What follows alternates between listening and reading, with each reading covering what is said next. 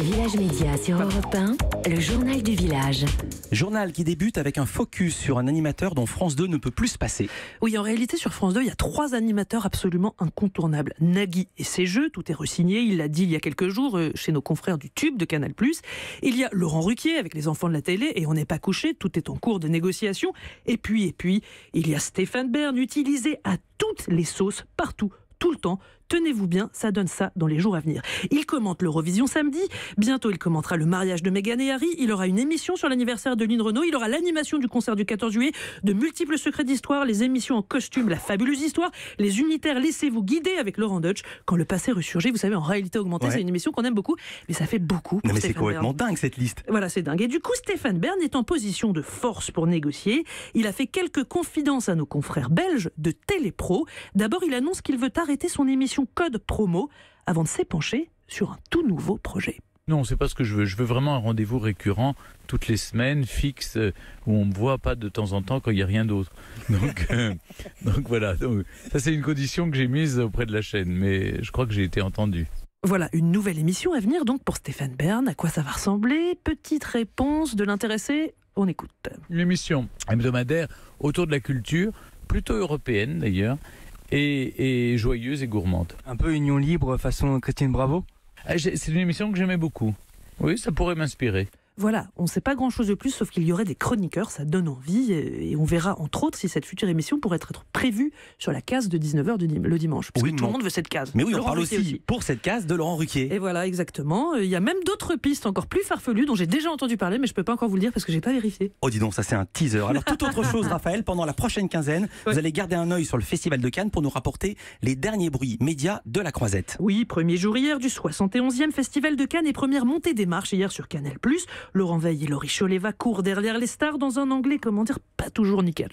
What do you expect as the president? Which kind of president are Vous you going savez to be? quel genre de président vous allez être? Javier, how are you tonight? How you feel? Your accent is perfect. Voilà.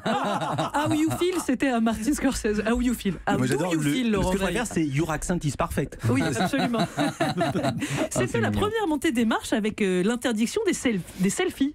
Vous savez, c'est Thierry Frémaux qui l'avait annoncé. Et ça a bien marché, ça a été fluide, ça a été chic et élégant. À 19h30, la cérémonie d'ouverture a commencé avec une très belle scène de Pierrot le Fou. Et puis, Édouard Baird est apparu, smoking froissé, cheveux ébouriffés. Est-ce que Jean-Luc Godard, par exemple, quand il réalise Pierrot le Fou, dont on vient de voir un extrait qui fait l'affiche du festival cette année, est-ce qu'il sait ce qu'il fait ? Est-ce qu'il savait ce qu'il allait faire? Est-ce qu'il savait ce qu'il avait fait? Non, je ne crois pas, non. Voilà, Édouard Baird, lui, savait-il ce qu'il faisait? En tout cas, il a joué comme s'il improvisait, avec son phrasé touffu, parfois confus, mais fichtrement fun. Voilà, ça c'était l'allitération en F de la journée. J'ai réussi à la passer, je suis contente. Ouais. Voilà. Et on a beaucoup aimé une vanne juste après la présentation du jury. Édouard Baird s'adresse au public du Palais des Festivals. Le jury est maintenant au complet. Vous n'en faites pas partie. Qu'est-ce qui s'est passé?